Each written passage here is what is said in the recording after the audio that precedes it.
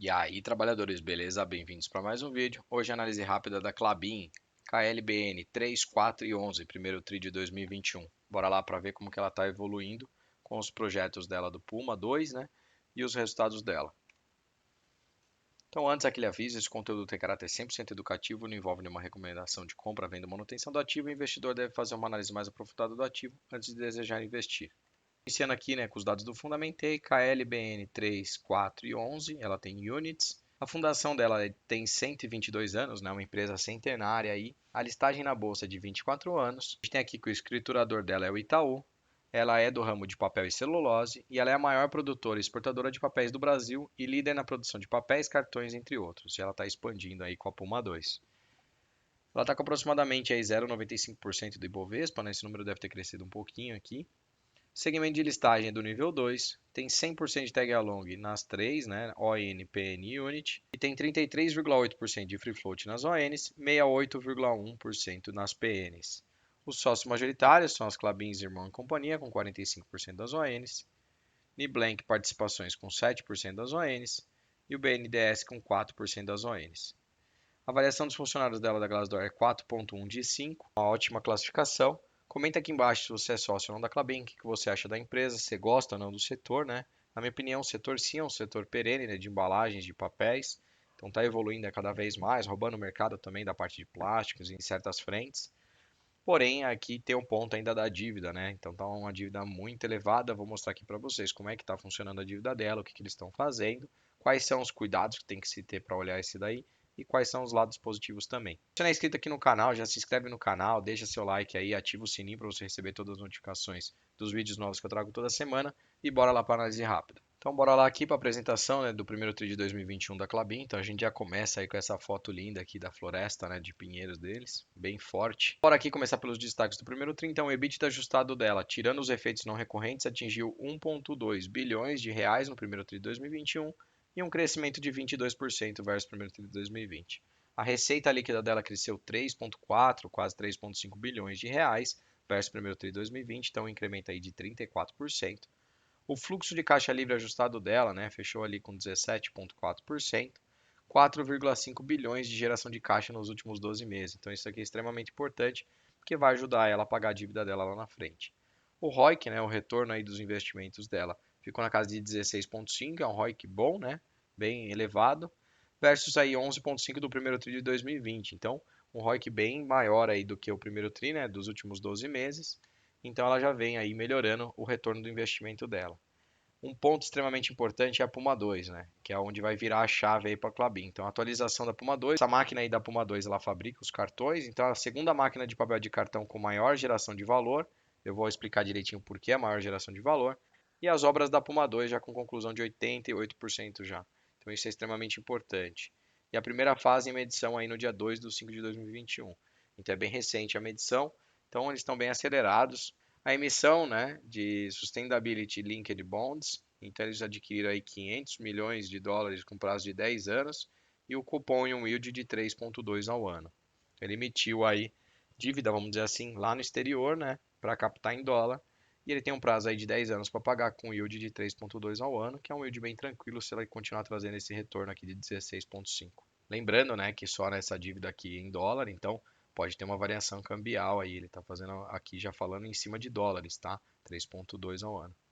Resultado do primeiro TRI de 2021, então, aumento do volume de vendas e de receita líquida impulsiona o resultado do trimestre. Isso aqui é extremamente importante. Ela cresceu 7%, né, em volume de vendas em relação ao primeiro TRI de 2020. Basicamente, ela caiu no mercado do externo, né? Então isso não é tão positivo, vamos dizer assim, mas ela cresceu bastante no mercado interno. Então, em volume de vendas, isso segurou. A receita líquida também cresceu 34%, mesmo caindo no mercado externo, ela teve um aumento aí muito por conta puxada pelo mercado interno, versus o primeiro TRI de 2020, e o EBITDA ajustado dela cresceu 24% do primeiro TRI versus o primeiro TRI.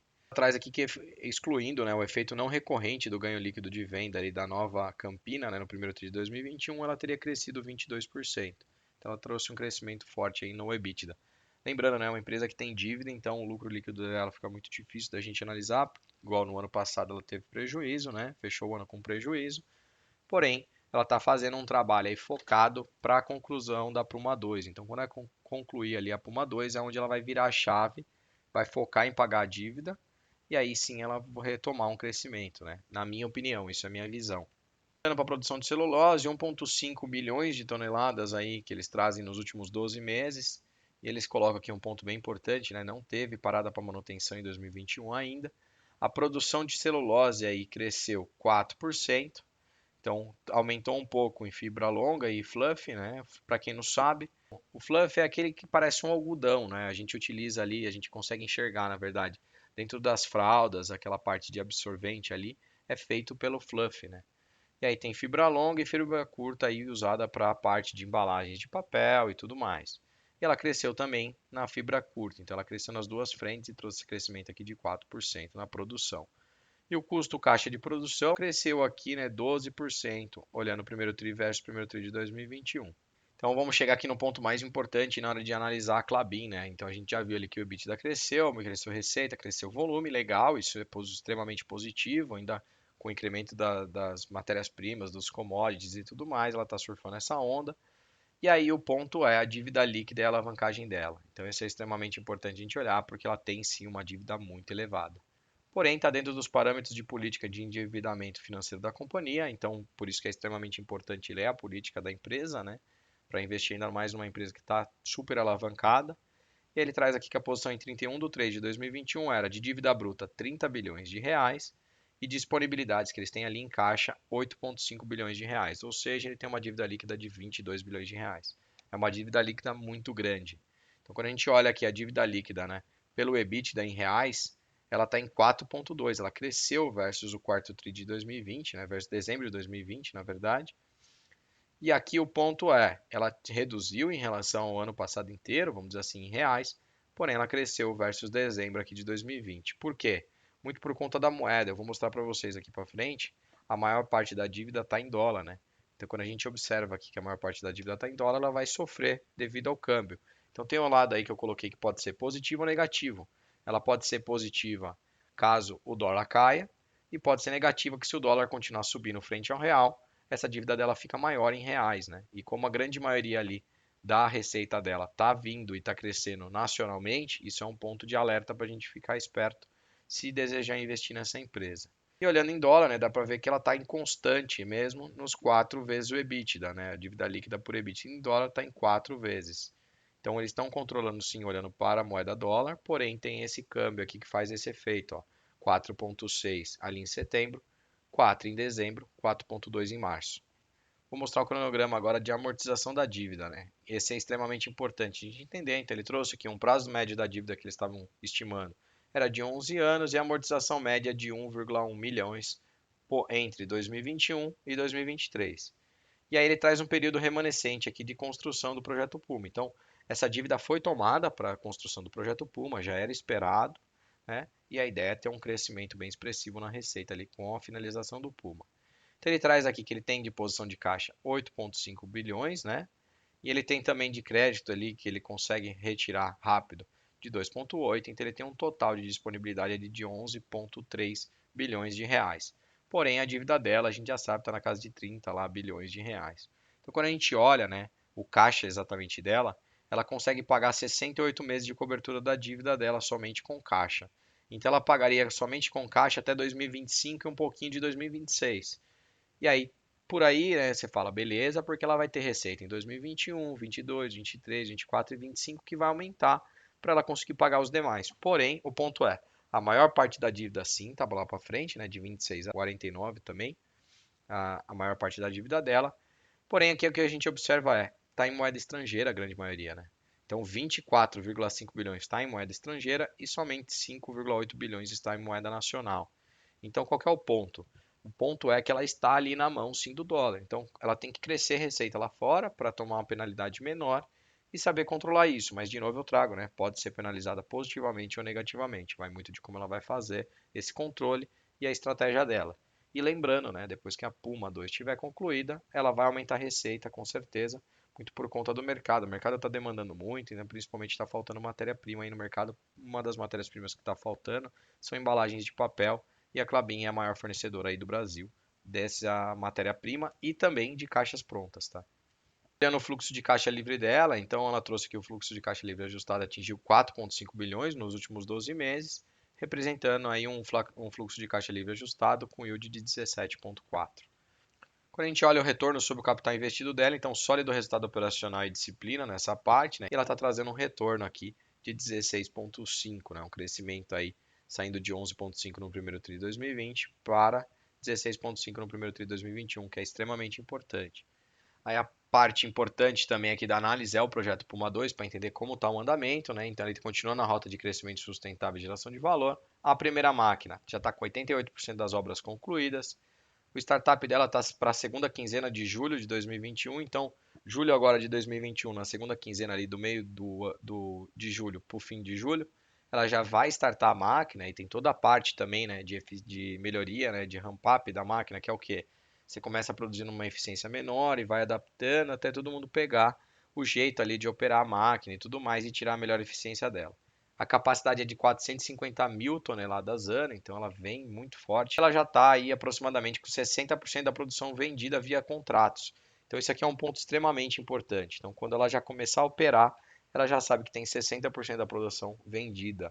Então já vai gerar receita muito elevada aí dessa máquina da Puma 2. E aqui está o CAPEX realizado, né? Eles começaram o investimento ali no segundo tri de 2019, fechando 2019 aí com 1,2 bilhões de reais, 2020 com 4 bilhões de reais de investimento e esse ano já foi mais 500 milhões de reais. Então a gente está falando aí na casa de quase 6 milhões de reais totais investidos até agora, o primeiro tri de 2021. E um ponto aqui legal, né, da segunda máquina, então mudança da produção para cartões, com maior geração de valor para os acionistas, então é uma parte que traz uma rentabilidade maior. O startup dela está para o segundo trimestre de 2023, então a segunda máquina é mais para frente. Vai ter uma capacidade de incremento de 460 mil toneladas ano, então ela vai vir aí com o mesmo volume aqui, né, de capacidade da primeira máquina. O CAPEX total do projeto atualizado foi para 12,9 bilhões de reais. E aí um ponto extremamente importante que eles colocaram aqui, eles não têm necessidade de contratação de financiamento adicional. Então esse ponto eu falo que é bastante importante, por quê? Porque se ele tivesse que aumentar mais ainda a dívida dele para trazer essa segunda máquina, aí a gente ia ter que analisar de uma maneira diferente, porque seriam mais anos arrastando para frente, né?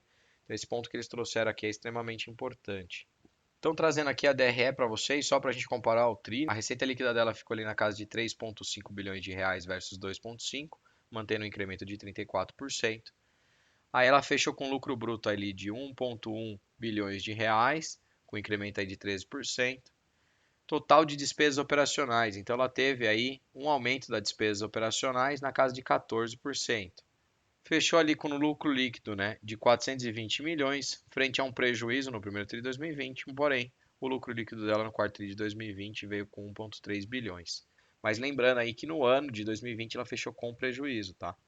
Então ela trouxe aqui que ela teve um lucro já no primeiro tri de 2021. Vamos ver como que ela vai se comportando aí durante o ano e como ela vai se comportando aí durante os anos pagando essa dívida, né? Porque ela vai ter que reduzir de qualquer maneira. Essa dívida aí tira o sono de todos os investidores.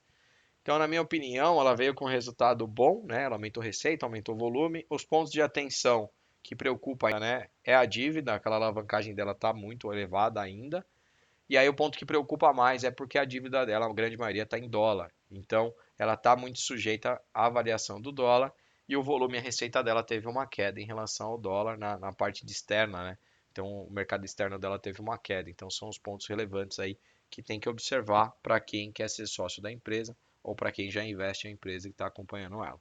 Então, trabalhadores, se vocês gostaram do vídeo, eu peço que deixe seu like, que ative o sininho para receber todas as notificações que eu trago aqui os vídeos novos todas as semanas. E se você não é inscrito, se inscreva no canal. Valeu, trabalhadores. Obrigado.